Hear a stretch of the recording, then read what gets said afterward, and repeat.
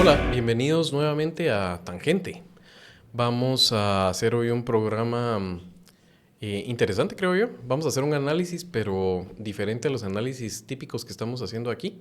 Vamos a explicar en un momento, pero antes de empezar y entrar en materia, les quiero pedir lo que les pedimos siempre. Tenemos respirándonos la nuca a el rezo del rosario de la diócesis de Escuintla y no queremos caer al tercer lugar. Así que depende de ustedes, de que nos comparten el contenido. Sigan en Tangente en todas las redes, canal de WhatsApp también tenemos. Suscríbanse, compartan el contenido porque por ustedes estamos en ese honroso segundo lugar detrás de Casa de Dios y no queremos perder la punta con el rezo del rosario de la diócesis de Escuintla. Mucho respeto y todo, a mí me encantan los misterios luminosos, pero, o sea, tangente es tangente. Dicho esto, entramos en materia, vamos a hacer análisis el día de hoy. Lo habíamos prometido la última vez que estuvimos sentadas las tres personas, que creo que la toma abierta ya se nos ve las caras a todos. Habíamos prometido hacer este programa y vamos a hacer el programa de análisis, pero alrededor de análisis del discurso político, pero con indicadores. Indicadores además propietarios de una de las personas que están sentadas aquí y los voy a presentar. Voy a empezar al revés, voy a presentar primero al otro que es del equipo habitual de Tangente y de la casa. Enrique Naveda, ¿cómo estás? ¿Qué tal? Pues mira, estoy intrigado y entusiasmado. Intrigado porque no por primera vez, pero casi por primera vez vengo a un programa sin saber de qué voy a hablar. Estoy a la expectativa de por dónde vamos a llegar. Y lo otro es que no sabía que tenemos WhatsApp. ¿Tenemos canal de WhatsApp? ¿Cómo me conecto? Vamos a poner el vínculo. Vamos a poner un post en las redes de Tangente para que le aparezca a todas las personas el link del canal para que se puedan unir, y ya lo hemos hecho antes. Y por favor le vamos a pedir aquí a producción, a nuestra querida Andrea, que se lo mande especialmente a Quique Naveda. De hecho, puedo ponerlo en el chat, ¿verdad? Tal vez deben haber otros despistados en el chat del equipo que no tengan el canal y no estén suscritos. Así que bienvenidísimo. Gracias. ¿Cómo estás? Bien, bien, muy bien. Estrenando bigote. Una mala rasurada, ¿verdad? No creo. Ahí se ve diseño. Pero bueno. Cabal. Y el otro es uno de los consentidos de los invitados aquí de Tangente, que realmente no sé por qué nos tomamos tanto tiempo en volverlo a invitar, y cuando mucho, cuando poco. De lo bueno poco, pero cuando mucho, cuando poco. Así que está aquí con nosotros Gustavo el Método Herrarte. Ese es un nuevo apodo, me estaban contando por ahí, ¿verdad, Kike? El método Herrarte. Ahorita se lo inventó. Cuando preguntas cuál es el método, dices Gustavo Herrarte es el Sí. método. Vamos a decir por qué le decimos el método. Porque Gustavo es como un glitch en la Matrix. Es un equipo multidisciplinario incorporado. Como las últimas elecciones. Sí, cabal. Y lo que sucede con Gustavo es que, como ustedes saben, Gustavo es científico social, pero también además tiene un profundo conocimiento de programación y también de metodología. Entonces, es un equipo multidisciplinario en una sola persona, que la ventaja que permite eso es él conoce qué datos puede extraer del discurso público. Además, como conoce metodologías, es capaz de poderlas modelar y encontrar buenos proxies, fundados además en la teoría que él domina, para poder hacer análisis propietarios. Esos análisis que usted está viendo aquí solo los va a ver a través de lo que produce Gustavo, Social Analytics, y también los va a ver aquí en Tangente. Así que, Gustavo, vos vas a ser hoy la vedette de la función, la estrella de esto, porque vamos a hablar precisamente de cómo está. Vamos a hacer análisis, pero qué nos están diciendo los datos que extraes. Y antes de empezar con eso, sin entrar en profundidades, mucho detalle. pero sí quisiera que nos refrescaras qué es lo que estás haciendo, digamos, cómo es que puedes extraer estos datos brevemente, ¿verdad? O sea, porque por ahí hay palabras flotando, que es inteligencia artificial, que la transformadora, tokens, obviamente redes sociales, pero ¿cómo es que puedes armar estos modelos y qué es lo que nos dicen un poco? Contanos un poco qué es lo que has estado haciendo ya durante, ¿cuántos años llevas con? 2013 a la fecha. Imagínate, o sea, ya vas para 12 años de que estás con diferentes modelos ajustándolos para tener estos cruces de datos que nos puedes presentar hoy, y es lo que haces en tu trabajo. Contanos.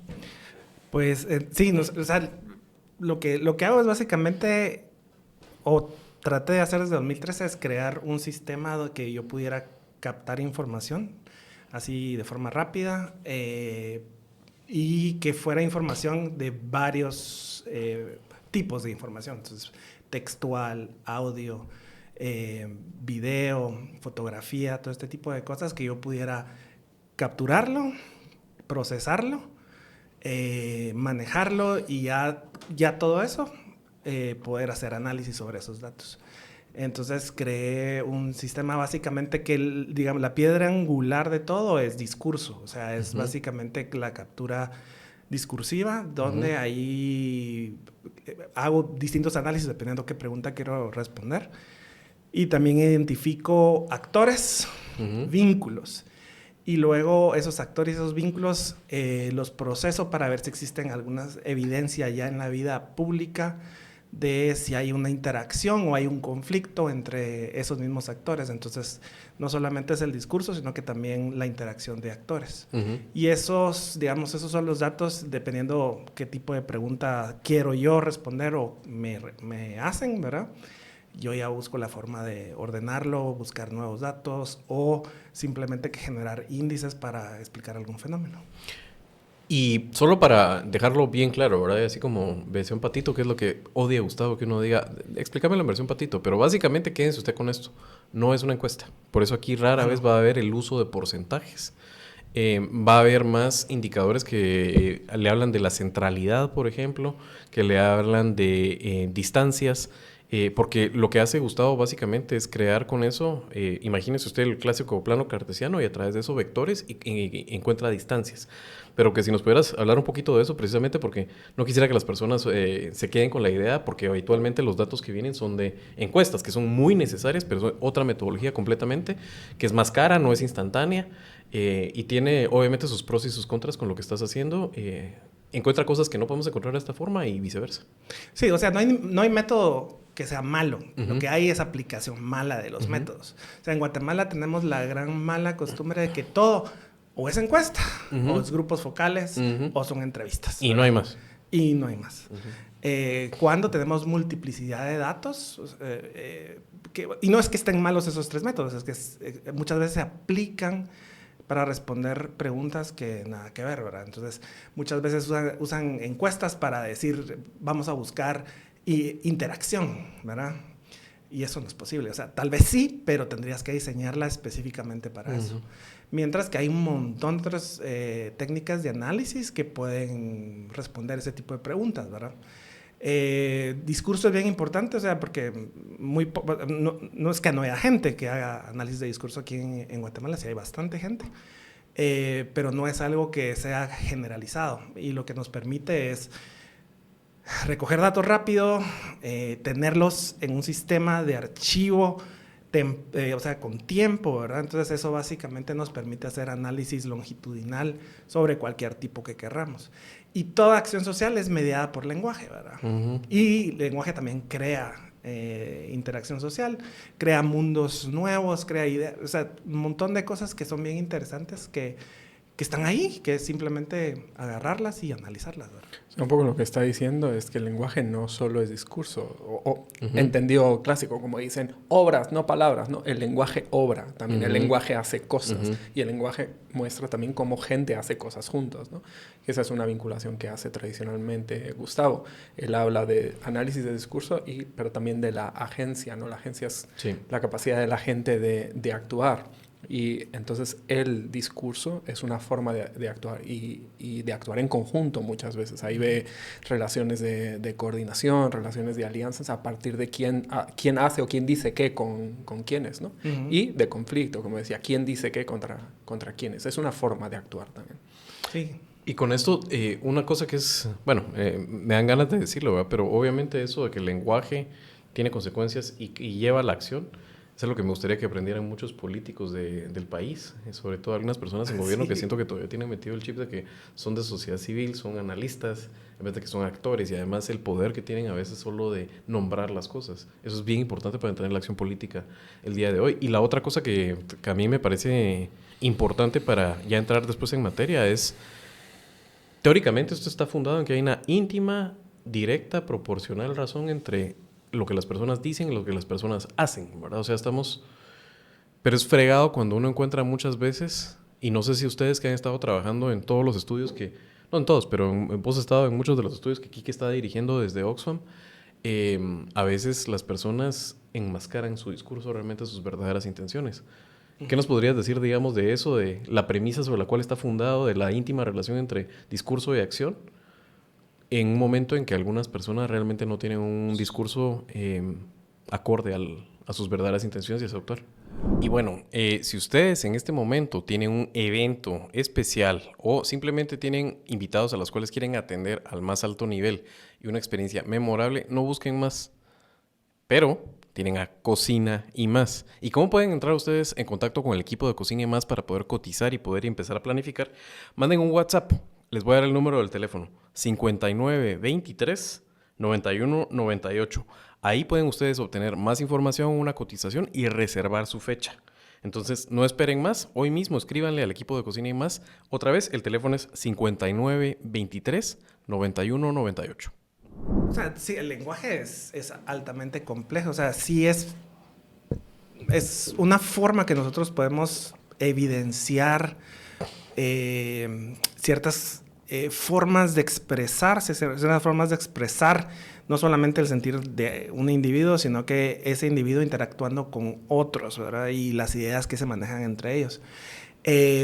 Y sí, o sea, que uno diga algo, aunque lo diga con toda la convicción y todo, no significa que el otro lo vaya a entender de la misma manera. Y también el lenguaje también se usa para manipular cierto tipo de relación o evento o objeto que la gente quiera manipular, ¿verdad? Eso es cierto. Pero, por ejemplo, digamos, nosotros, o sea, ahorita que vimos lo de la Biblia, ¿verdad? O sea, el objetivo, ¿cuál es? O sea, de esos no sé cuántos 111, 101 diputados que votaron a favor de eso, pueden haber múltiples, ¿verdad? Pero, digamos, el resultado que ellos, si quisieran, digamos, decir, vamos a tener más votantes o vamos a tener el apoyo de ciertas iglesias, en realidad se les está revirtiendo. Con Kiki hicimos un análisis sobre algo que se llama la señal costosa, ¿verdad? Y lo que hicieron ellos, ¿verdad? Estos diputados, es aumentar el costo.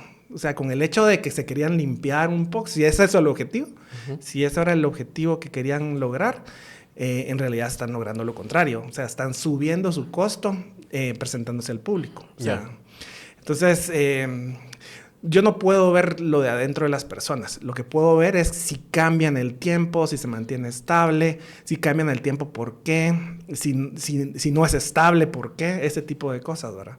Y ahí podemos hablar, o sea, tal vez generar análisis sobre si es alguien que está siendo sincero o no sincero, pero básicamente lo que puedo decir es cambió su punto de vista, ¿verdad? Cambió y podemos hacer correlaciones con otros fenómenos para decir, bueno, entonces tuvimos este cambio tal vez por esto, por este evento. Pero más que eso no puedo. Yo, para complementar lo que dice Gustavo, no sé si comparto la idea de que hay una correspondencia directa, proporcional y no sé cuántas cosas dijiste entre discurso, entre discurso y acción. Creo que no la hay per se. Y me parece que para eso vale la pena mirar el asunto en términos de tipos de actores, ¿no? Por un lado tenemos una gran mayoría de la población que no piensa el discurso en términos estratégicos, que usa el discurso, que usa su palabra para expresar lo que siente, cuáles son sus valores, cuáles son sus preferencias, etc. Esa es la mayoría de la población. Y luego hay un conjunto de actores que llamaríamos estratégicos, los que quieren lograr algo con el discurso.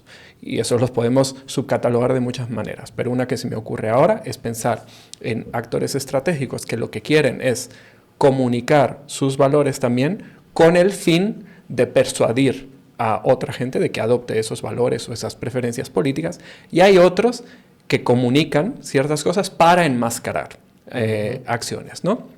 Que es de los que hablaba Gustavo, de los que pretenden pasar por miembros de un grupo, por miembros de una iglesia, por creyentes, o por personas progresistas, cuando en realidad sus acciones están en contradicción con eso. Pero lo que pretenden es ganar el favor de ese grupo. Es distinto, no es que ellos estén intentando convencer al resto de la población de que se aproxima a sus valores, es que se aproximan a los valores de la mayoría o de un grupo de población para convencerles de que son iguales, cuando en la práctica sus acciones están en perfecta inconsistencia con ese grupo, ¿no? Ok.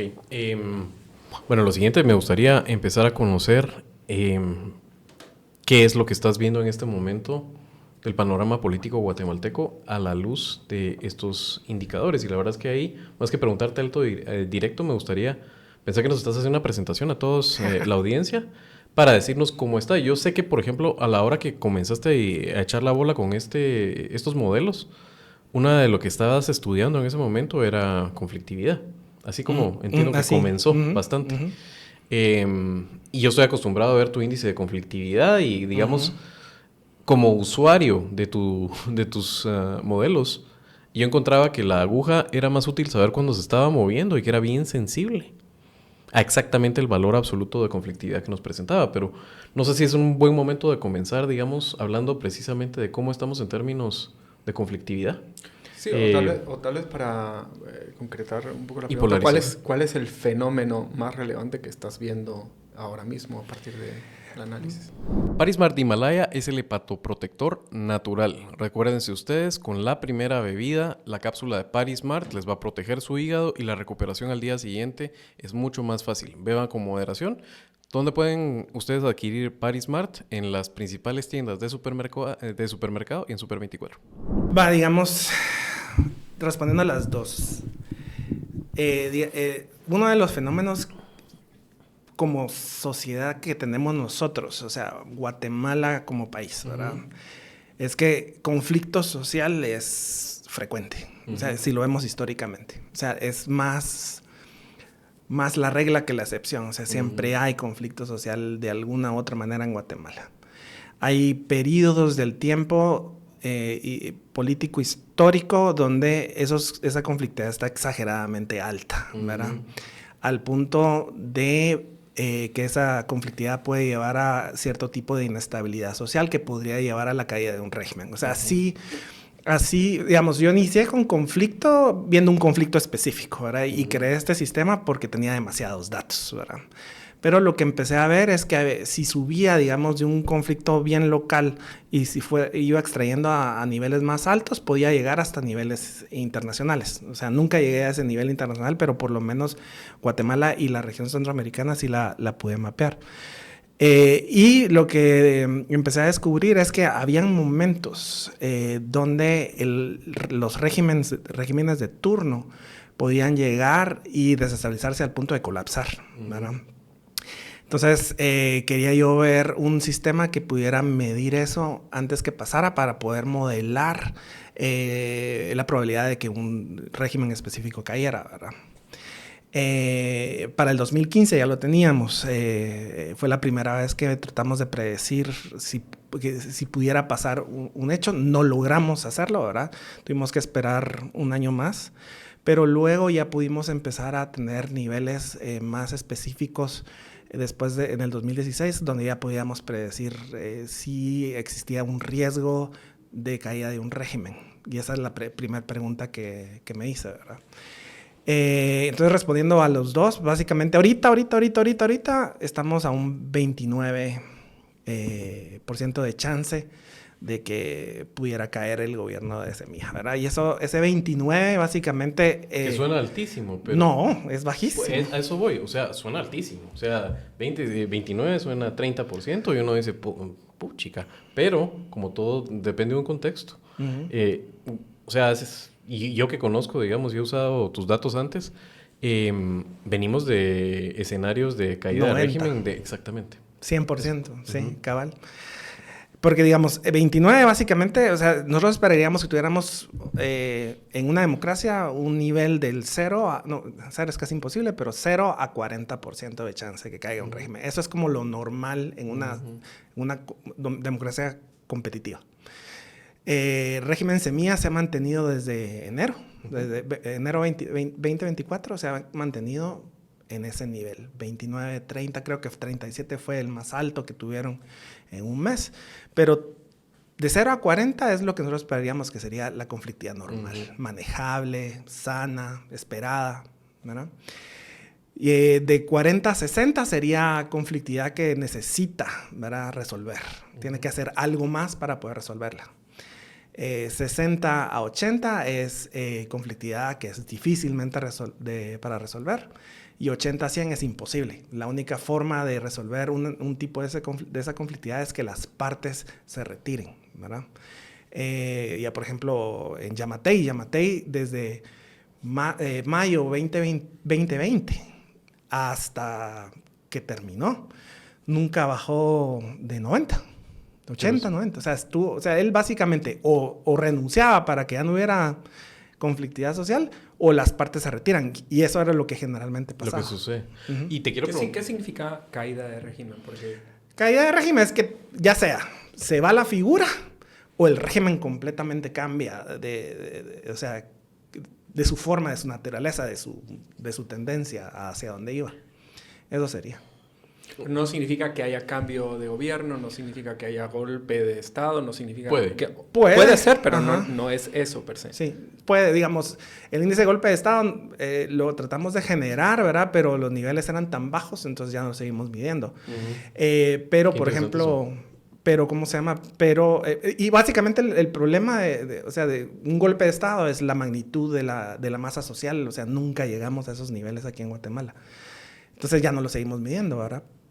Pero sí, digamos, la masa de la sociedad, ¿verdad?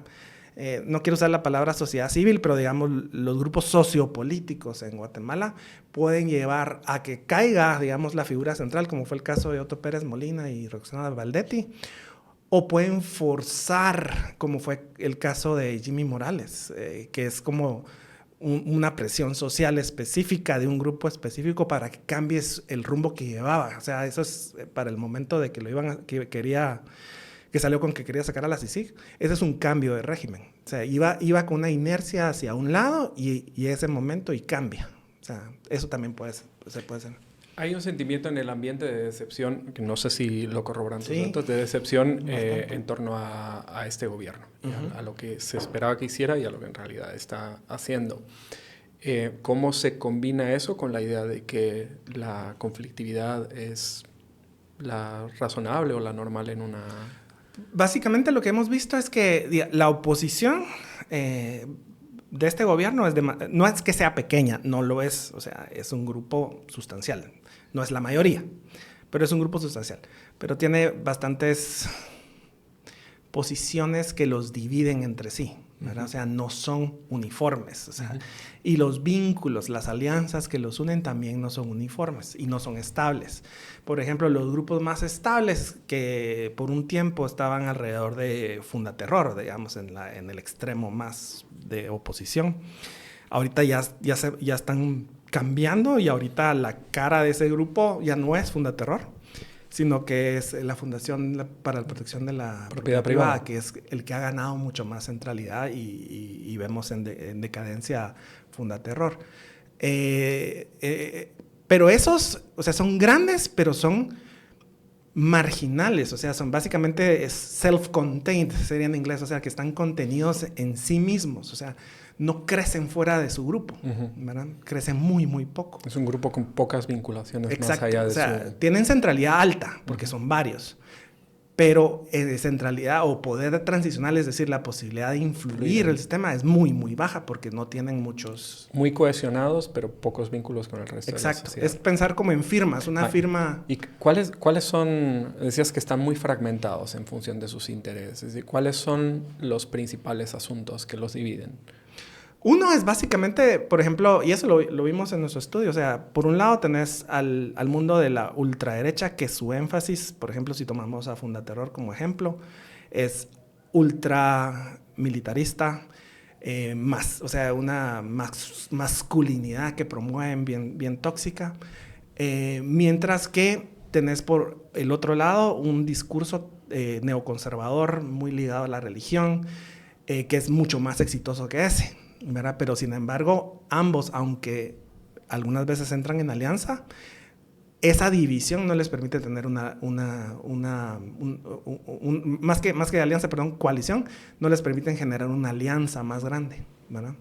Esa es una de las cosas. Y otra es también competencia interna. La competencia interna, especialmente de aquellos que no son ideológicamente consistentes, sino que van saltando de un lado a otro lado. Muchas veces están vinculados con grupos cleptócratas, todo ese tipo de cosas que compiten por recursos y acceso a poder para llegar a esos recursos, ¿verdad? Y eso los mantiene bastante divididos. Una pregunta que te iba a hacer es, pienso, por ejemplo, el rol que tenían en su momento parte de la CC, que incluso llegó a ser mayoría para ciertos temas. En su momento lo que era la FESI dirigida por Sandoval y sus antecesores. Hoy ya no digamos la CICIG, estoy pensando digamos en esa ventana de 10 años para acá. Y pienso que en ese momento había como ciertas vías institucionales en las cuales podía haber un cambio de régimen frente al oficialismo en ese momento. Y después pienso que en la época de Yamatei lo que hizo es, no existía ya ese riesgo institucional. Había malestar social, otras instituciones, pero no adentro del Estado. Hasta ahora otra vez en Semilla, digamos. En Semilla ahorita sí tiene claramente este régimen de Bernardo Arévalo, opositores adentro de instituciones del Estado, que fue como un hiato de 4 años en los cuales eso no existió. Pero no sé si eso se puede, te lo reflejan de alguna manera, esa observación, digamos, cualitativa se puede reflejar en algún momento cuantitativamente en el modelo. Bueno, sí, o sea, digamos, en el caso de Yamatei nunca cayó, eso que el cabal estaba viendo acá, pero bueno, nunca cayó por varios factores, ¿verdad? Sí, en efecto tenía control institucional total, ¿verdad? O sea, fue muy exitoso en establecer un régimen, ¿verdad? Seguro que sí. Ahora, esto sí es teoría de sobrevivencia de un régimen, ¿verdad? Esto sería bueno, ¿cómo es? Bueno de Mezquita, si quieren leer sobre alguien, Bueno de Mezquita tiene una propuesta sobre esto, pero básicamente está ligado a cuán fraccionado está, o sea, cuántas facciones, si ustedes quieren, existen y cuál es el nivel de polarización. Entonces, uno puede mantener un sistema con alta polarización, ¿verdad? Siempre y cuando haya muchos grupos, ¿verdad? Y eso es lo que mantuvo en realidad a Yamatei en el poder, más que el control de la institución. Entonces, el problema básicamente es que el grupo opositor, que sería los opositores, que serían las personas en el área de la sociedad civil, por decirlo, en grupos de movilización popular o campesinos y todos ellos, nunca lograron tener una cohesión total. Hasta mayo del 2023. Hasta... Cuando sale Pineda y que yo me recuerdo que al día siguiente nos estabas enviando la gráfica de cuando se cruzan en el plano cartesiano fraccionalización con conflictividad. Exacto, ahí empezó, exacto. Pero más que eso fue, o sea, lo que mantuvo estable el régimen de eso según los datos, el régimen de Yamatei fue el rol de Codeca. Codeca, por su posición de no querer hacer alianzas. Rompía la posibilidad de hacer alianzas amplias. No es que ellos lo mantuvieron en el poder conscientemente, no. Lo que es que básicamente su no habilidad o no deseo de hacer coaliciones y alianzas con otros grupos similares a ellos, le mantuvieron la posibilidad a Yamatei de mantener alta polarización, pero alta polarización, pero alta fraccionalización también. Entonces su régimen sociopolíticamente hablando no está corriendo. Otra vez parafraseando para explicarlo, porque son conceptos tal vez noveles para muchas personas. Entonces, lo que sucede es que no importa nada más si un régimen es impopular, digamos, y tiene alto rechazo. Y en ese sentido, digamos, está polarizada la sociedad. Sino lo que importa también para que haya cambio y para que este régimen se sienta contra las cuerdas, es que tiene que haber de estas gentes que están insatisfechas un piso, un denominador común, una base suficientemente amplia que ponga en jaque al régimen. Y eso no se dio con Yamatei hasta que tocó tan evidentemente el sistema electoral en ese momento, que sacó ya con las elecciones en marcha a través de sus minions, de sus esbirros, al que iba adelante en las encuestas. Y después de eso, siendo eso así, ¿qué está pasando hoy en día, digamos, en términos precisamente de los grupos opositores a Semilla? Nos estabas esbozando precisamente que no pueden hacer esas amplias coaliciones tampoco. Y hay otro elemento que hay que sumar y que lo hemos visto con Gustavo a lo largo de los años. Ahora está operando distinto a cómo operó en gobiernos anteriores, que es la conversión de los desafectos en opositores. Y me explico. En regímenes anteriores, los gobiernos iban perdiendo popularidad o aliados. Y esos viejos aliados a menudo se convertían en opositores al gobierno.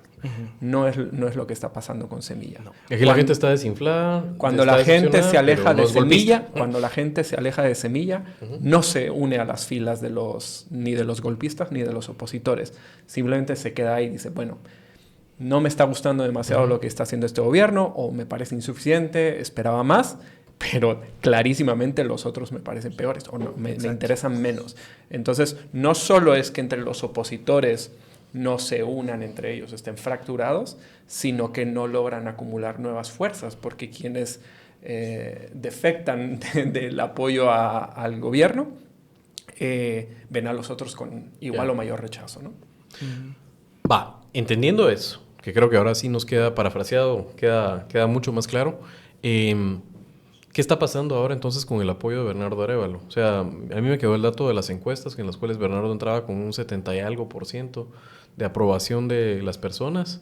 Eso obviamente no es el número que aparecía en tus modelos, aparece otro indicador, pero imagino que también estabas viendo en ese momento una alta apoyo, digamos, una coalición amplia de apoyo a este gobierno, y esa se ha ido disipando, se ha ido menguando. Si nos pudieras hablar un poco de ese comportamiento en los ya casi 19 meses de régimen Semilla.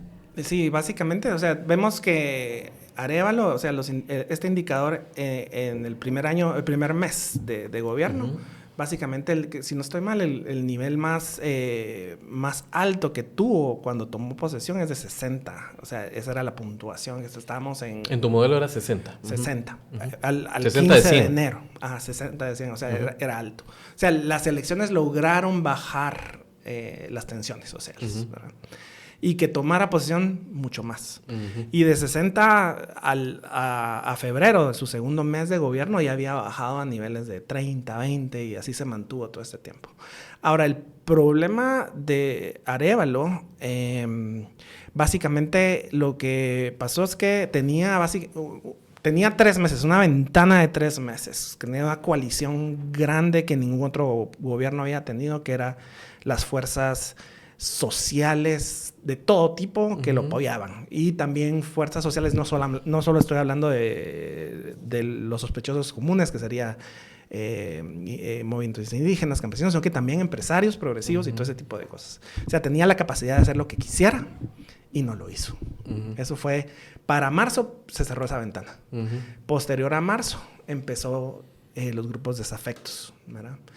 Y como bien dice Enrique, esa desatisfacción con el gobierno, el hecho de que no tomó cartas en el asunto, o sea, su mandato era cambiar el régimen, o sea, instruir el régimen, porque todavía tenemos el régimen Yamatei, o sea, todavía estamos viviendo en el régimen Yamatei, o sea, parte del Estado sigue en la lógica de Yamatei, los herederos básicamente son MP y OJ.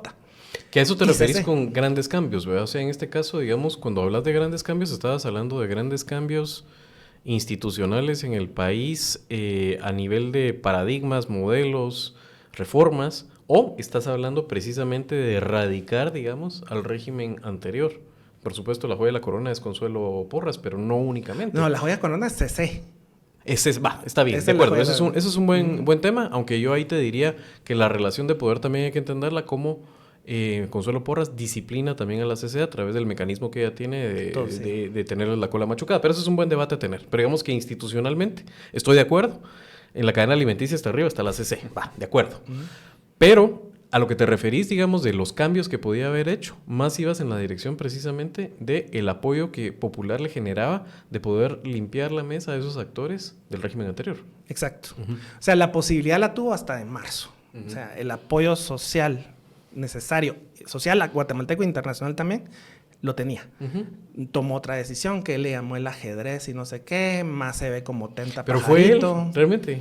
No sé si fue él, ¿verdad? O sea, no sé. Bueno, ¿quién fue lo del...? No sé dónde salió el tema de la fregadera con yo creo que ajedrez. sí, yo me recuerdo haber oído, pero sí, pero no es ajedrez. Yo lo que recuerdo él es una foto en nuestro diario donde salía con su tablero de ajedrez, y después me recuerdo que a raíz de eso como que les gustó el tema de mirarse muy intelectual y eso, y que en una acción de campaña en la segunda vuelta hizo una maratón de ajedrez donde él jugó con un montón de gente. Pero bueno, detalles. Exacto, entonces digamos... De los memes. El ¿Pero ibas a primer... decir en lugar de ajedrez? tenta pajarito. O sea, eso es. Porque si no se ve, digamos, un tipo de estrategia específico, ¿verdad? Más dejar pasar las cosas. Eso tal vez es estrategia también. Pero bueno, entonces él tuvo esa opción, pero digamos las pérdidas y la deserción que tuvieron, que básicamente todavía tenemos hoy en día, empieza con primero nombrar a los ministros, ¿verdad? Si hubiera empezado con los ministros que tuvo muy pronto posteriormente, no hubiera pasado eso, pero el gabinete original sí le causó problemas. Y digamos en los eventos de... Cederle piezas al sector privado le causó problemas, ¿quieres decir? No necesariamente, o sea, es cerrar, o sea, no solamente, o sea, está bien, era pues una coalición... a costa de las personas que realmente son... O sea, una coalición amplia tenés que tener de todo, ¿verdad? Lo que pasa es que fue demasiado concentrado en un sector y el otro sector se quedó relegado. O incluso, digamos, en lo clave que eran ciertos gabinetes. Estoy pensando, por ejemplo, en comunicaciones y lo que te permite, digamos, en este régimen cleptocrático de tener la llave, el pedal de freno y de acelerador que te da la inyección de la inversión pública y que eso lo cedió. Era parte de los sectores que no eran orgánicos de él. Exacto, exacto. Sí, tenemos bastantes ejemplos. O sea, básicamente, los primeros que son a salir son Codeca, ¿verdad? Pero eso era esperado, ¿verdad? O sea, ese es el comportamiento normal de ellos. Pero, por ejemplo, cuando empiezan a tener problemas, especialmente en la conformación del gabinete inicial, con los 48 cantones o autoridades ancestrales, ya se empiezan a ver las fricciones y el alejamiento. Entonces, básicamente, lo que tenemos desde ese entonces a la fecha es que cada mes, los desertores del régimen, ahora ya no le quiero llamar régimen, pero del gobierno de Semilla, básicamente son mayoritarios, o sea, ellos están solos. No es que ellos sean oposición, no están siendo oposición, ni están jugándole el juego a la oposición establecida, pero sin embargo sí lo ponen una debilidad social para negociar, para entablar puentes, para resolver conflictos o para llevar ese apoyo hacia una solución clara de cómo salir del atolladero que tenemos ahorita a nivel político. Pero eso no es un proceso indefectible a lo que vaya a suceder, pase lo que pase. Hemos visto a lo largo de los meses también momentos en que se ha revertido, por lo menos parcialmente, ¿no? Me gustaría que señalaras algunos de ellos. Yo recuerdo con mucha claridad la captura de Pacheco. Exacto. Ese fue el más claro. Fue el más claro que los llevó. Pero son momentos que tenían que aprovecharse de ambos lados, o sea, tanto del Ejecutivo como de los movimientos de autoridades ancestrales. Eran momentos claros que tenían que tener unas acciones sostenidas en el tiempo para mantener esa coalición y llevarla a una alianza, cosa que no sucedió nunca.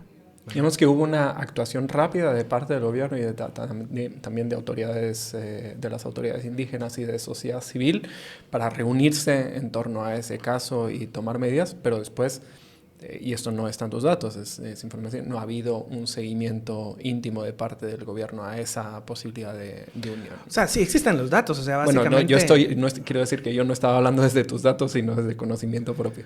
No, pero sí, o sea, básicamente lo que tenemos, que es una agenda, que es básicamente una propuesta de acción y una propuesta discursiva, la abandonan. O sea, los 48 cantones no la abandonan, pero el Ejecutivo sí. O sea, nada salió de eso. Y eso es algo que muy probablemente, o sea, tenemos un índice que le llamamos ese es el índice que a vos te encanta. En base a tokenismo simbólico, ¿verdad? También creamos un índice que se llama... Es que odio que utilices esa expresión. Sí, el tokenismo simbólico. Que sería bueno que lo explicaras, ¿verdad? Tokenismo simbólico es un tipo de discurso que es altamente... O sea, si es un tokenismo simbólico cerca de 1, por ejemplo, es decir, es altamente simple, ¿verdad? 1 sería un mensaje que repite la misma palabra todo el tiempo. Bajo tokenismo simbólico son discursos muy sofisticados, muy abstractos. Exacto. Y hay una Pero correlación. se puede decir así en lugar de tokenismo simbólico. Pero es más fácil, o sea, solo usar un... No, pero es bueno, porque, o sea, tiene un nombre ese concepto, pero nos sirve, ¿verdad? O sea, es una métrica, de hecho, la usamos, me recuerdo cuando hacíamos con vos análisis electoral, para ver qué tan complicado hablaban los candidatos y eso qué significaba y qué impacto tenían en poder generar tropismos. O sea, eso quiere decir... Exacto. Discurso que la gente decía, me gusta lo que dice, me gusta su eslogan, ¿por qué? Efectivamente eso como ayuda en una campaña, pero ibas a un lugar con... No, sí, entonces tenemos un índice que se llama empoderamiento tokenista, que es básicamente una de las cosas que une a Semilla con el resto de gobiernos que hemos tenido, que es básicamente un gobierno que si están con él, o sea, básicamente en ese dominio que controla ese gobierno, los actores que están en ese dominio logran tener poder, ¿verdad? O logran obtener utilidades sociales o sociopolíticas para sí mismos. Pero la parte de incorporar a tu proyecto político y los réditos del spoil system a tu coalición. Exacto. Si se salen de ese dominio ya no. Y eso es lo que, cuando yo me refiero de que pudo cambiar, cambiar todo el sistema político guatemalteco de enero a marzo del 2024, que no se hizo. Una ventanita, ¿no? Es proveer a todos los sectores, básicamente. Todos los sectores. Involucramiento en el proceso. Involucramiento real, ¿verdad? Que eso nunca lo logró y es lo que lo une a Yamatei y a Otto Pérez Molina. Es la misma cosa, son las mismas reglas del juego, los mismos mecanismos que vamos a hacer para resolver un problema. Una mesa de diálogo, ¿verdad? Eso es como que lo único que se tiene, ¿verdad? Hoy oí que dijeron, tenemos no una mesa de diálogo, una mesa de trabajo. Bueno, por lo menos. Ya están cambiando. Pero son mecanismos iguales. O sea, entonces, básicamente lo que ha producido Semilla es espacios donde adentro de ese espacio hay poder, hay posibilidad de influir.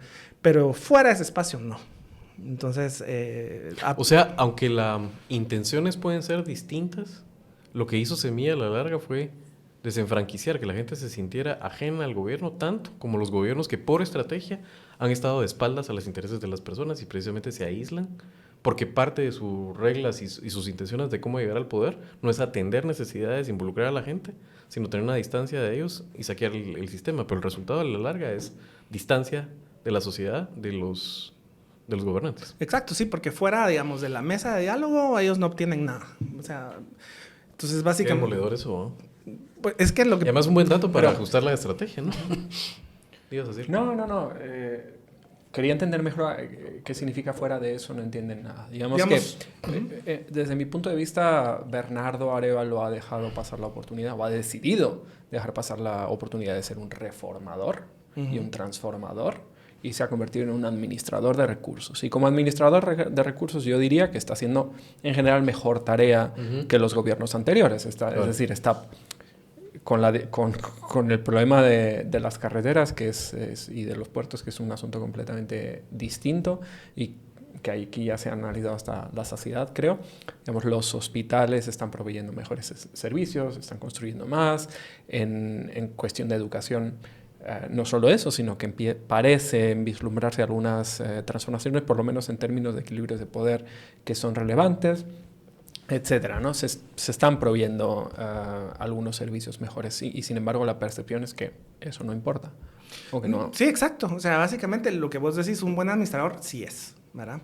Ahora... Yo no he dicho que bueno, he dicho que está administrando mejor y que ha asumido el papel de administrador de los recursos sin transformar lo que hay alrededor. Ese es el punto cabal. Porque, digamos, nosotros medimos tenemos un índice que se llama de utilidad social esperada. O sea, ¿cuál es mi posibilidad como actor en la comunidad política guatemalteca de que mis intenciones sociales, mis intenciones sociopolíticas puedan ser expresadas primero y luego implementadas, ¿verdad?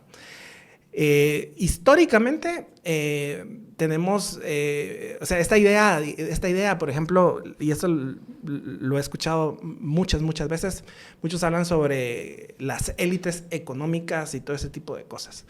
Lo que los datos me están mostrando es que en realidad no son las élites económicas. Las élites económicas, o sea, Casif y todos ellos, también son víctimas de este sistema, Claro. porque los que han ganado poder, especialmente desde el 2014 a la fecha, más dramáticamente con Jimmy Morales, son una élite política tradicional que nosotros le llamamos, o sea, que muchos le llaman pacto de corruptos, ¿verdad?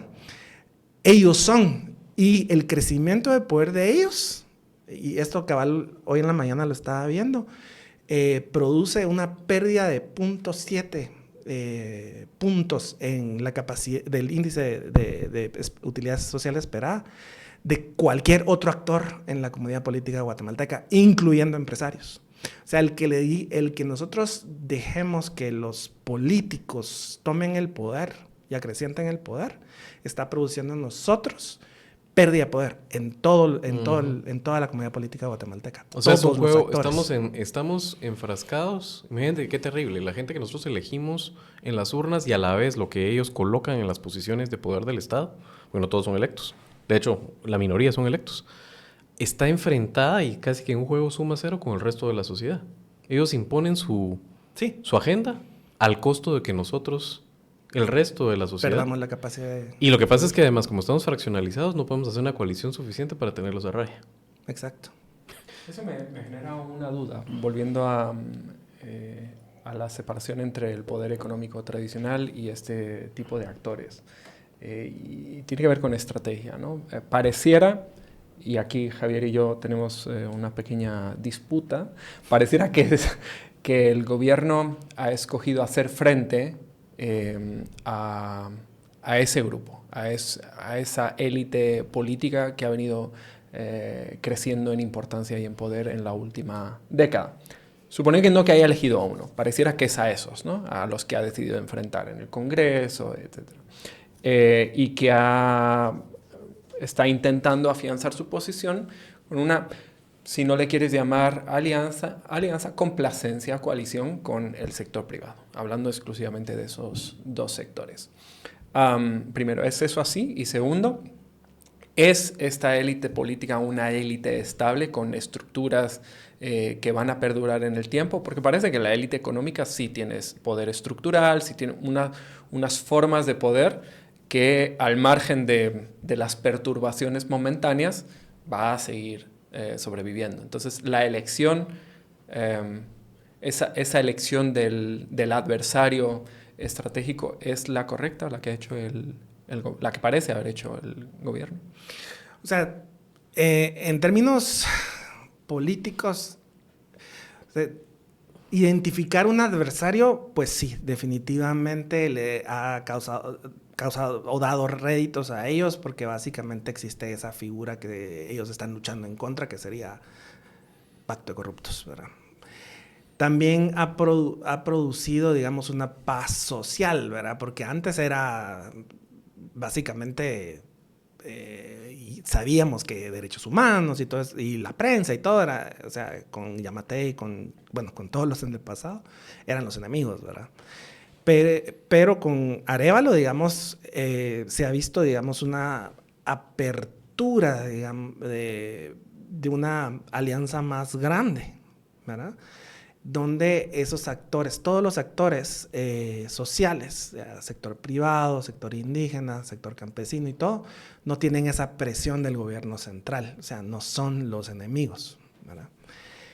Pero el problema básicamente es que la solución posible por básicamente las reglas que tenemos acá en nuestro país es pelear contra el sistema donde están enquistados estos grupos que tienen el control formal de instituciones.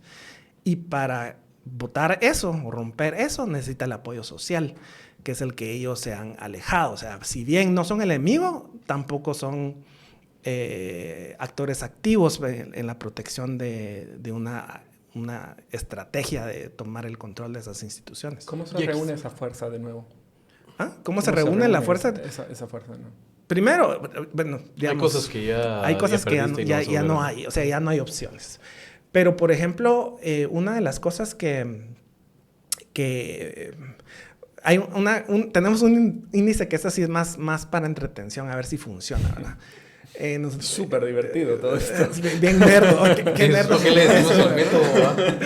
Sí, o ¿Eso sea, qué le decimos al encontrar método? placer en índices. Me estoy indicadores. matando de la risa. El índice le podríamos dar puesto también de apodo, pero bueno. Sí, me emociona. El índice, y este es el logo. Consuelo Porras. Así, el índice soy yo y la foto.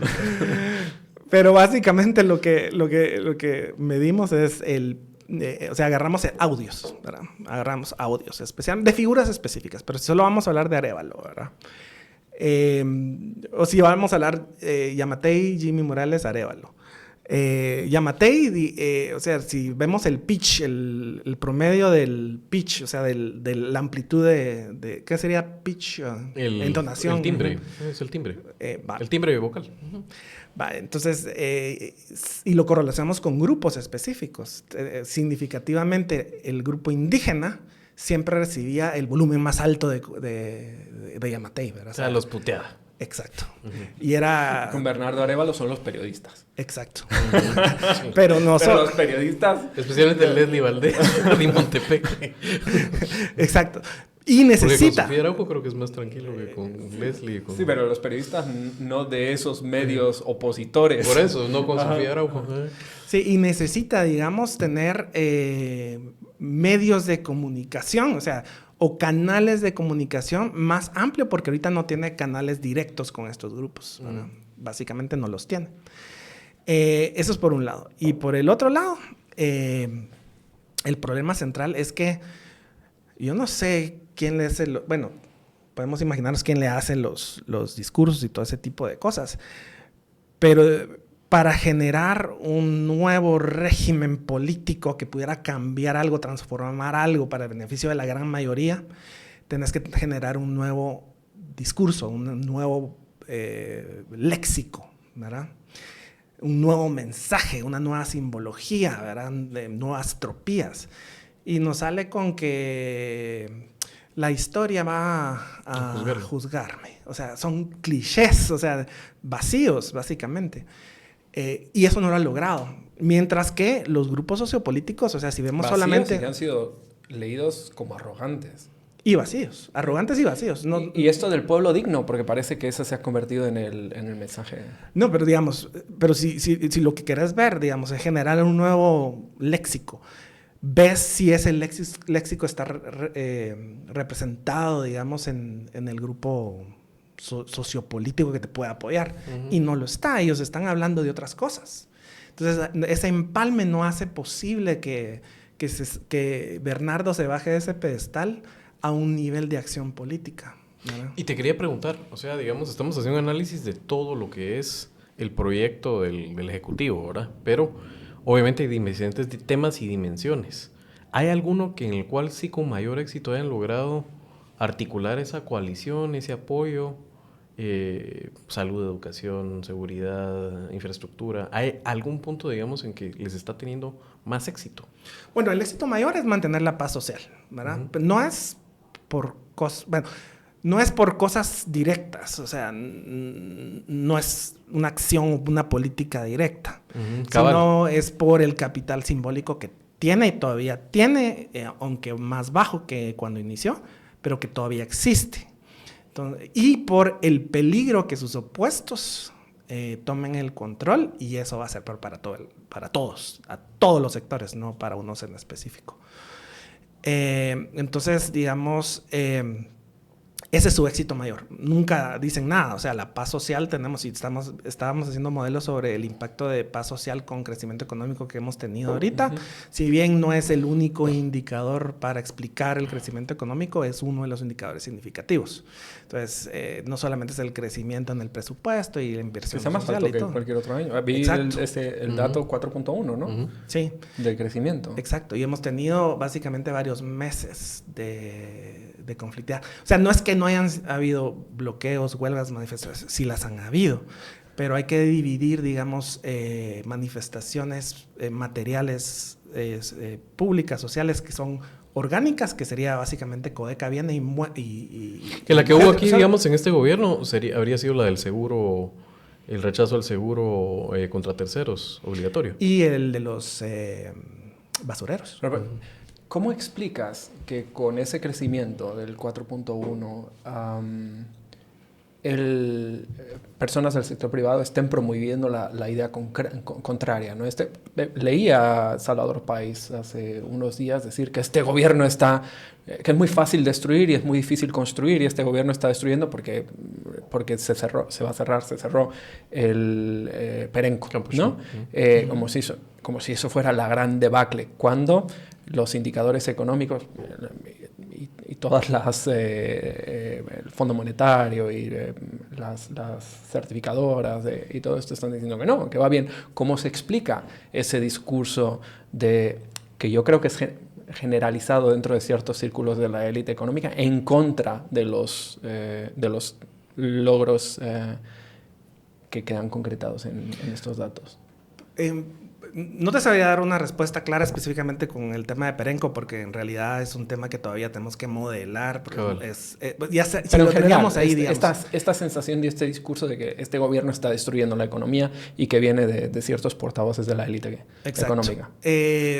Básicamente, y esto es no solamente esa élite económica, sino que todos los sectores de guatemaltecos tenemos un gran defecto, y es miopía estratégica, ¿verdad? Específicamente de los opositores vocales en contra de Bernardo Arévalo, es que no hay una visión estratégica a futuro, ¿verdad? O sea, básicamente este gobierno lo que sí ha logrado hacer, no por inversión propia, pero ha logrado tener un ambiente donde cualquiera puede implementar acción social o acción sociopolítica sin miedo a una repercusión del Ejecutivo. Yo creo que eso es obvio para todo. Un éxito de la estrategia o de la conducta, ¿no? No sé si no quieren ver estrategia, ¿no? Pero esa distensión y esa sensación de que todo el mundo puede respirar. El caso Perenco... Creo que sí es pensado por parte del presidente. Sí, el caso Perenco sí es totalmente de los actores sociopolíticos comunes y silvestres, no de los políticos específicos, ¿verdad? Como Pineda, pero de los actores fuera de ese mundo político. Básicamente hay una miopía de su posición, ¿verdad? Su posición social, y qué representa esas acciones para su futuro político, ¿verdad? Y entonces, aunque hayan acciones positivas, ¿verdad? No ven que eso les tenga un beneficio a largo plazo, ¿verdad?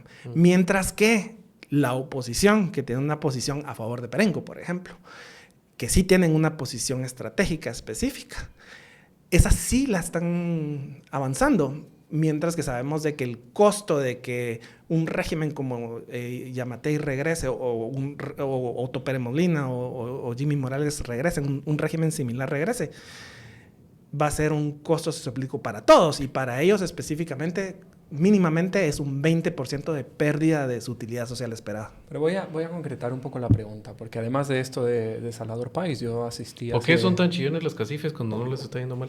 Exacto, o sea, yo... además de esto de Salvador Pais, estuve en el Festival de la Libertad hace, no sé, semana y media o 2 semanas, algo así. Y buena parte de los discursos eran contra de Bernardo Arévalo y de cómo sacar a Semilla. Por la vía electoral, tuvo que decir uno de ellos. ¿Cómo sacar a Semilla? El enemigo es Bernardo Arévalo y es Semilla. Y Samuel, al que identifican como alguien más radical y contrario a ellos que Bernardo Arévalo. Pero entonces están planteando un cambio de gobierno, la necesidad de un cambio de gobierno, porque ese gobierno le está haciendo daño a la economía. Y hacerle daño a la economía es hacerle daño a ellos. Digamos, es un poco la lógica. No solo era la economía, sino también el tema del género y que es algo que no está tocando el gobierno de todas maneras, ¿no? Pero el hecho es que todos ellos saben que no le está haciendo daño a la economía, porque tienen con eso. Pero alguien como José Raúl González Merlo, tal vez sí, pero ese es otro. Pero estás hablando de alguien precisamente que tendría una distancia entre su dicho y su hecho. Claro, pero ¿por qué, si saben que este gobierno está mejorando los indicadores que a ellos les benefician, por qué de todas maneras sostienen ese discurso del enemigo es este gobierno y hay que sacar a ese gobierno? ¿Por qué? No te sabría decir. O sea, Yo tengo una interpretación, pero es cabal donde tenemos que mezclar los datos de un modelo con otras cosas, pero dale. Exacto. Pero básicamente lo que tenemos es ese grupo, bueno, Salvador Pais es en realidad marginal, es alineado, pero no Dios, es... Eso ha tenido que doler.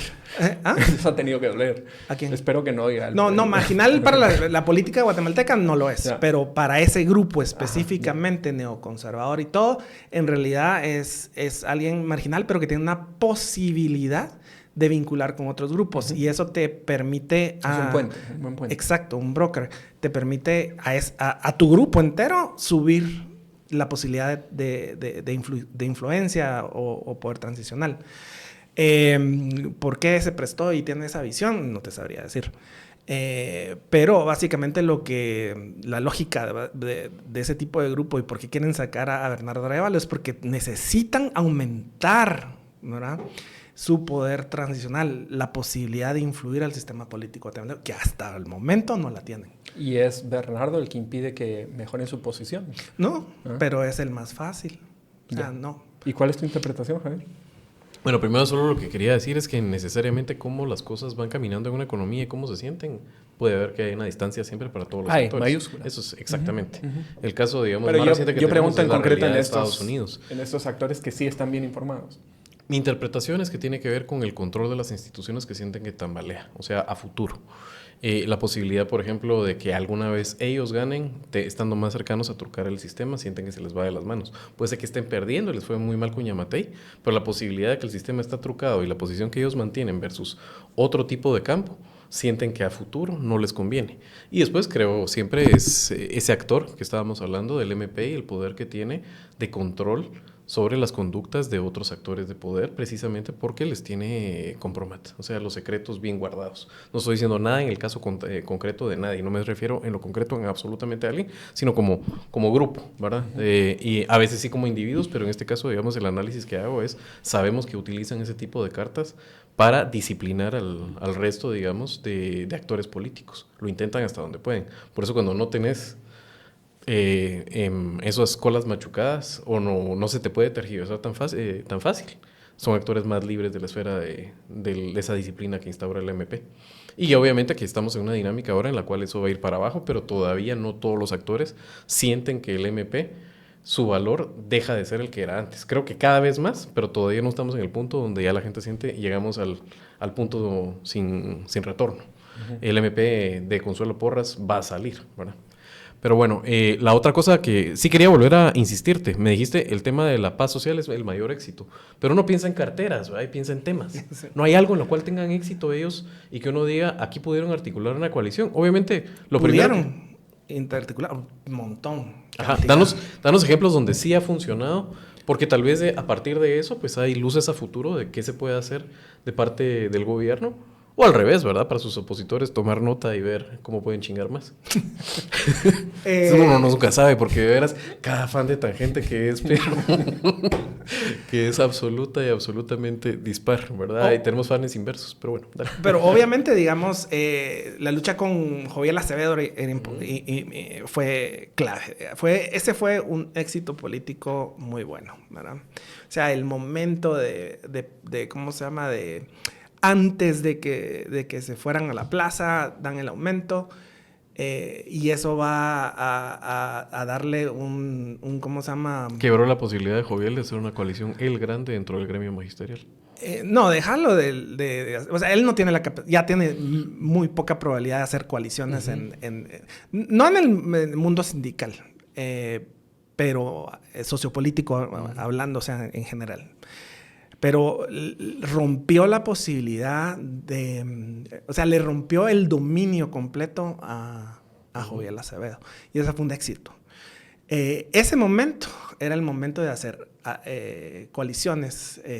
Empezaba a haber temas de alineación discursiva con otros miembros del sindicato de los sindicatos de magisterio.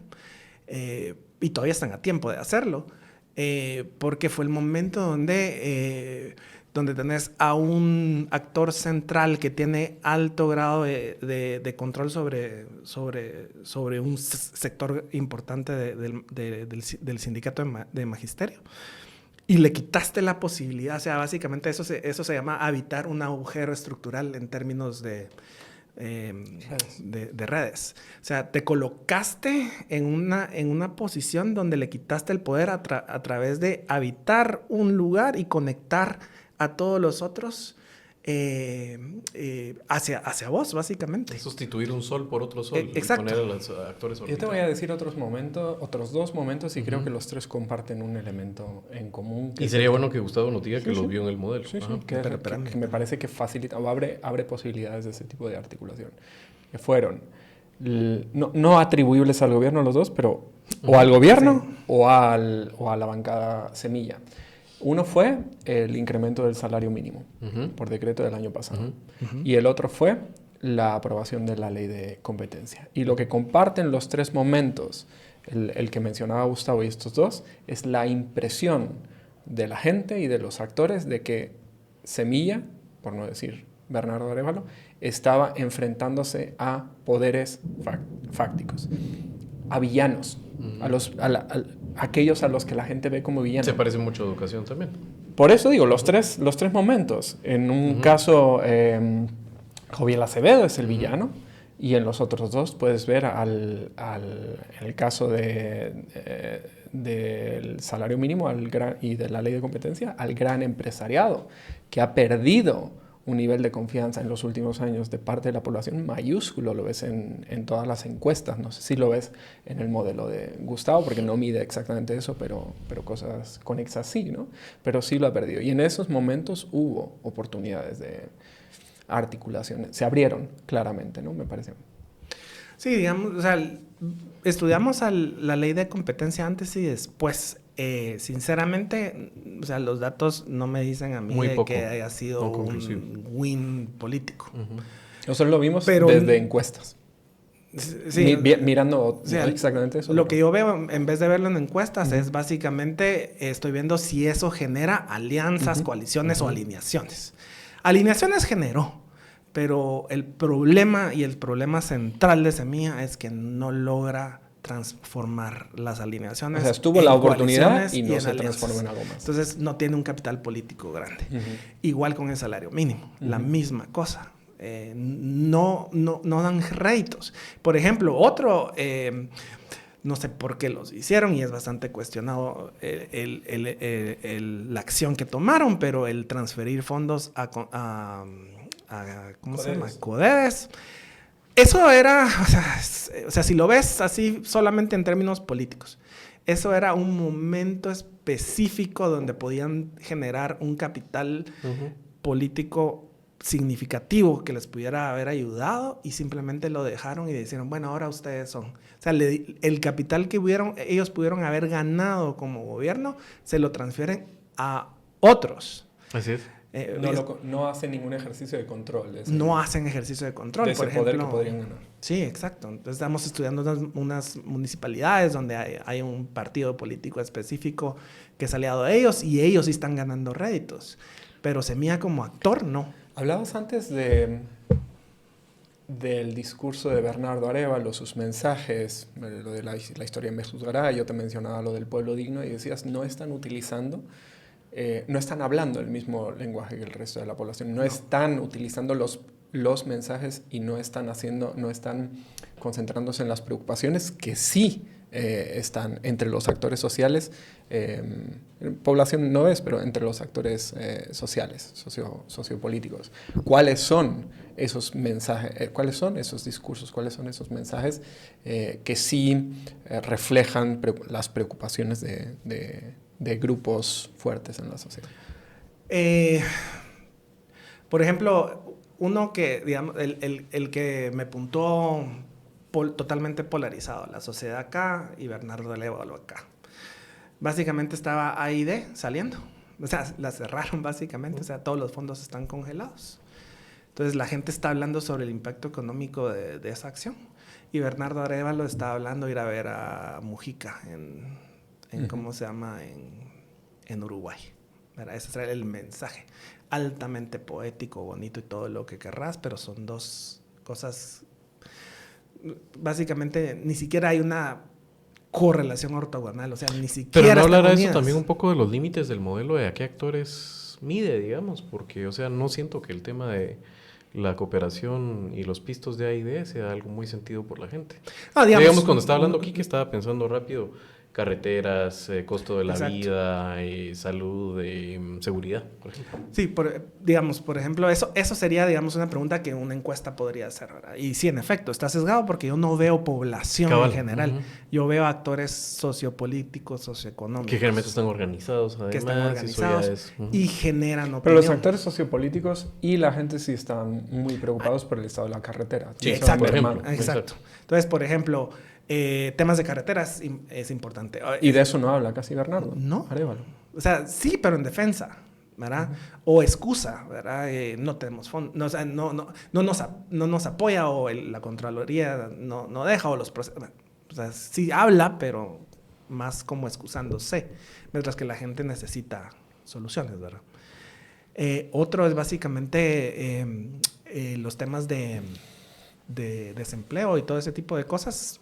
Seguridad es otro de los temas que está siempre está vivo, pero es un tema que están distantes. Se nos está acabando el tiempo y creo que teníamos para más, pero la ventaja de esto es que creo que es un buen equipo para hacerlo periódicamente. No sé con qué tanta periodicidad, pero si están de acuerdo ustedes, vamos a hacer este ejercicio nuevamente en... Sí, según la periodicidad le llamaremos colaboración o explotación. No, pero sí creo que lo que da el modelo es para tener una conversación mucho más profunda y rica acerca de por dónde lleva Bernardo su estrategia y qué está funcionando y qué no está funcionando, con las limitaciones que tienen todas las metodologías, ¿verdad? Pero sin duda aquí estamos viendo datos sólidos que sería bueno que tomaran nota varios de los actores, incluyendo los centrales, para ajustar. Cierro con esto, Gustavo. Hay tiempo para complementar los datos con esos chismes conocidos como inteligencia política, estás acá. Cabal. Y no todos. Pero, Gustavo, hay tiempo. O sea, hablaba aquí que en algún momento, y creo que los dos brincamos de hay cosas que ya se llevó el viento, ya se llevó el tiempo, ¿verdad? Hay cosas que no se pueden hacer. Pero en 19 meses, faltando todavía lo que falta, todavía, y sobre todo teniendo en cuenta que Bernardo tiene como horizonte las elecciones de segundo piso, el cambio de CC, de TSE, de fiscal, el cambio de autoridad en la USAC. ¿Hay todavía tiempo, digamos, para este gobierno? Bueno. Y además, todavía le agrego esto, al calor de lo que sí está dando resultado y éxito. En términos de datos, solo en términos de datos, sí. Y no es que todo sea negativo. Han ganado tiempo. En abril generamos un modelo donde nosotros predecíamos, creo que vos estabas presente, que había un riesgo de que Semilla cayera, ¿verdad? O sea, no es una bola de cristal, sino que es básicamente estas variables tienen que ver. Sí. Eso era. Y hay variables claves que han logrado extender ese tiempo. Y poco a poco, digamos, ya tenemos un año y medio, y ya el modelo está diciendo, van bien, o sea, van ganando tiempo. No van bien, pero van ganando tiempo. Pon algún ejemplo de esas variables. Por ejemplo, el caso de Joviel Acevedo. O sea, una de ellas, bien importante, era si las manifestaciones, o sea, bloqueos, todo ese tipo de cosas, orgánicas subían, podía provocar un riesgo para Semilla. Esa era una de las variables. Lo que hemos visto es que el gobierno no ha generado esas manifestaciones públicas contrarias orgánicas. Y lo que vemos es manifestaciones, le llamamos jerárquicas, ¿verdad? Básicamente son disciplinadas, que es el caso del magisterio. Y el resultado no fue la pérdida, o sea, ese índice para esos, ¿cuántos días estuvieron ahí? 80 y pico de días. No subieron el riesgo fue una inversión tal de que el que perdió más no fue el gobierno. Claro. Lo que estoy oyendo fue Joviel Acevedo. Reiteradamente a lo largo de esta conversación es que pese a que todos tenemos muy presente el choque con la fiscal general y las sucesivas derrotas del gobierno en ese sentido, aunque no han perdido la batalla, porque el gobierno está jugando el juego del cambio formal, y mucha gente está descontenta con esa gestión. En realidad, uno de los grandes éxitos del gobierno es la gestión de conflictos. Es donde está funcionando mejor. Aunque ese conflicto, la mayor parte de la gente está en desacuerdo con cómo lo está manejando, el resto de conflictos, lo que te estoy oyendo a ti es que los está llevando en general bien. No sé si es una conclusión. El conflicto orgánico, es decir, movilización en contra del régimen, no es que lo hayan manejado bien, es que es inexistente. O sea, eso no existe. Los conflictos jerárquicos, es decir, grupos liderados, básicamente. O sea, es decir, Joviel liderando a su gente. Esos sí. O sea, fue un costo alto para toda la sociedad, pero sin embargo lo gestionaron bien. Es decir, perdió Joviel y es el actor sociopolítico que ahorita ha perdido más posición que cualquier otro. Ha perdido menos 22.5% de su posición inicial antes de la huelga. Al final, o sea, perdió 22% de probabilidad de influir en el sistema político guatemalteco. Entonces, esa es una ganancia. Ahora, o sea, eso los ha ayudado a básicamente ganar tiempo. Regresando a tu pregunta, ¿tienen tiempo para hacer cosas? Sí, pero depende de ellos. O sea, no sabemos todavía a estas fechas qué quieren hacer. O sea, a dónde quieren ir. Por ejemplo, sabemos de que eso de que la esperanza y que la democracia y todo, hasta ahorita no se ha visto nada. Al contrario, tenemos empoderamiento simbólico, ¿verdad? Pero no un empoderamiento real para una democracia más profunda. No lo tenemos. No sé si tenemos tiempo para una pregunta más. Elecciones intermedias, las de 2026. ¿Qué nos puedes decir de cómo se están configurando las relaciones entre actores? Relaciones entre actores, o sea, no tengo todos. O sea, no tengo todos. Fíjate que ese era, de hecho, y no lo digo porque lo has dicho ahora, pero ese era mi gancho para el siguiente programa, justamente. Entonces lo dejamos para el siguiente programa. Si quieres, damos una preview y lo hacemos el siguiente programa acerca de eso, de cómo está el tablero de cara a las elecciones del 2026. Sí. Ese vínculo o esa intermediación de esos grupos contrarios a Arévalo que pudieran poner en jaque a esas elecciones se han trasladado. O sea, antes era el motor, o sea, la cara pública y el motor público, Consuelo Porras. Consuelo Porras ha caído, o sea, no solamente a nivel general sociopolítico guatemalteco, sino que dentro de su propio subsector, o sea, el sector de la oposición, ella ha caído 0.4 puntos en promedio desde 6 meses. O sea, ella está perdiendo eso. Mientras que Ángel Pineda ha ganado, digamos, como ese motor vinculante, como actor político vinculante, ha ganado bastante dentro del sistema político general, 1.8, y ha ganado en el subsector 9.3 puntos. O sea, más probabilidad de influencia. Obviamente Ángel Pineda es un actor totalmente distinto a Consuelo Porras. ¿A qué te refieres? ¿A qué te refieres? A su personalidad, a su léxico, a su presentación pública, a su habilidad de vincular actores. Consuelo Porras tiene poca habilidad de eso, él sí, ¿verdad?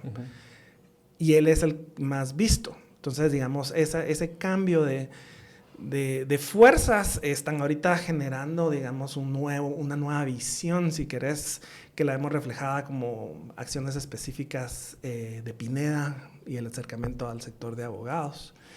Tenemos esos tipos de vínculos que pudieran presentarse como un riesgo real en las elecciones de CC, MP y todas estas que vienen. Sin extenderme mucho, eso te podría decir. Bueno, lo podemos hablar, sin duda, en un próximo Tangente.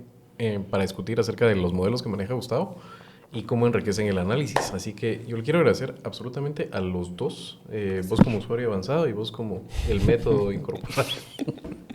El índice, ¿verdad? Pues no dijimos el índice antes. La próxima vamos a ver si se dejó el bigote y la barba. Porque dice que fue error, pero ¿qué se me hace que no? No, hay diseño e intención, se mira. Sí. Muchas gracias, Gustavo. Muchas gracias, Kike. Y a ustedes, ya saben, manténganse en la sintonía de Tangente. Ya saben que aquí les tenemos programas todos los días entre semana prácticamente. Y muchas gracias por el apoyo siempre. Así que hasta la próxima.